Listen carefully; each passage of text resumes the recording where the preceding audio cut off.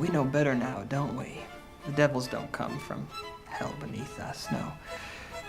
No, they come from the sky.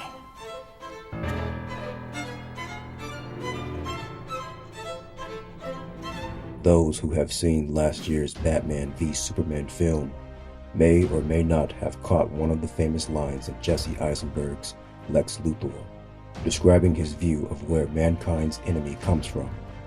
As he states, devils don't come from hell beneath us, no. No, they come from the sky, which seemed to be an invalid statement due to the centuries of society's understanding that hell and its inhabitants are physically or spiritually deep within the earth. Whether you enjoyed the film or not, screenwriter Chris Terrio and director Zack Snyder may be on to some form of truth regarding our enemy and their interactions with us. Let's take a quick look right after this.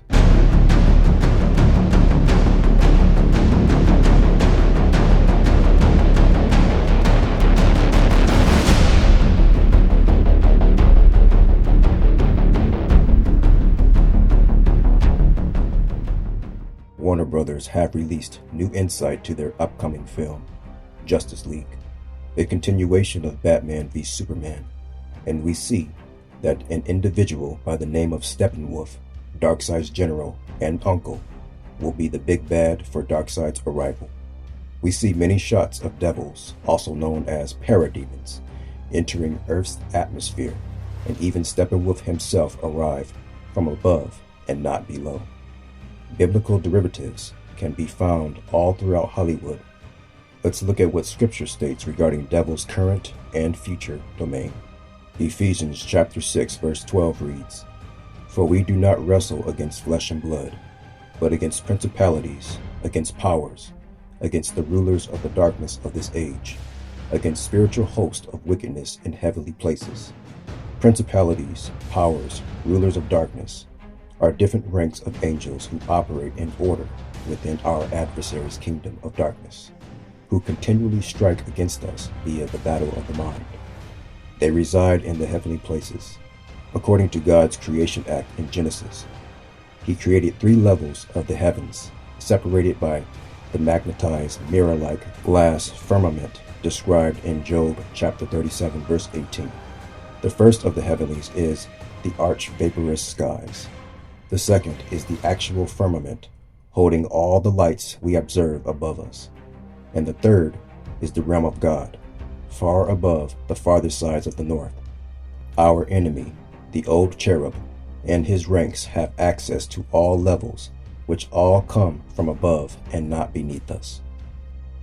Job chapter 1, verse 6 through 12 reads, "Now there was a day when the sons of God came to present themselves before the Lord, and Satan also came among them. And the Lord said to Satan, 'From where do you come?' So Satan answered the Lord and said, 'From going to and fro on the earth, and from walking back and forth on it.' Then the Lord said to Satan, 'Have you considered my servant Job, that there is none like him on the earth, a blameless and upright man, one who fears God and shuns evil?' So Satan answered the Lord and said, 'Does Job fear God for nothing? Have you not made a hedge around him, around his household, and around all that he has on every side? Have you blessed the work of his hands, and his possessions have increased in the land? But now stretch out your hand and touch all that he has, and he will surely curse you to your face.' And the Lord said to Satan, 'Behold, all that he has is in your power. Only do not lay a hand on his person.' So Satan went out from the presence of the Lord." This scripture confirms that our enemy does not work for God in any way, but can still access the realm of God, accusing the other 2/3 of angels that stands with God.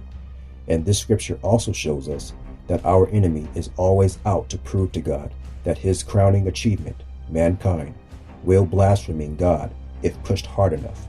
But of course, Job displays outstanding faith and long-suffering, proving God to be right as always, and our enemy waits for another opportunity. Revelation chapter 8 verse 10 through 11 reads, "Then the third angel sounded, and a great star fell from heaven, burning like a torch, and it fell on a third of the rivers and on the springs of water. The name of the star is Wormwood. A third of the waters became wormwood, and many men died from the water, because it was made bitter. The great star that this verse is referring to is an angel who has indeed come from the sky. The name wormwood is the Greek word absinthos, which means bitterness, and it is translated into the English as wormwood. It is the name of the goddess of the sky and lies. Those who have bonded with absinthos are full of bitterness. Their sense of reality is so warped that they are unable to tell the truth. They are so afraid to be found out that if caught, they react with anger and bitterness. Those who are habitual liars have extreme ego problems. They exist in a constant state of confusion and are unable to resolve that which plagues them. This event takes place during the end of days of eschatology, similar to the destruction that Steppenwolf will bring to the earth. Lex Luthor's statement that devils don't come from hell beneath us, but from the sky, is exactly correct. However, in all reality, they will be sent to hell called Gehenna, the lake of fire, found in Matthew chapter 25, verse 41, which reads, "Then he will also say to those on the left hand, 'Depart from me, you cursed, into the everlasting fire, prepared for the devil and his angels.'"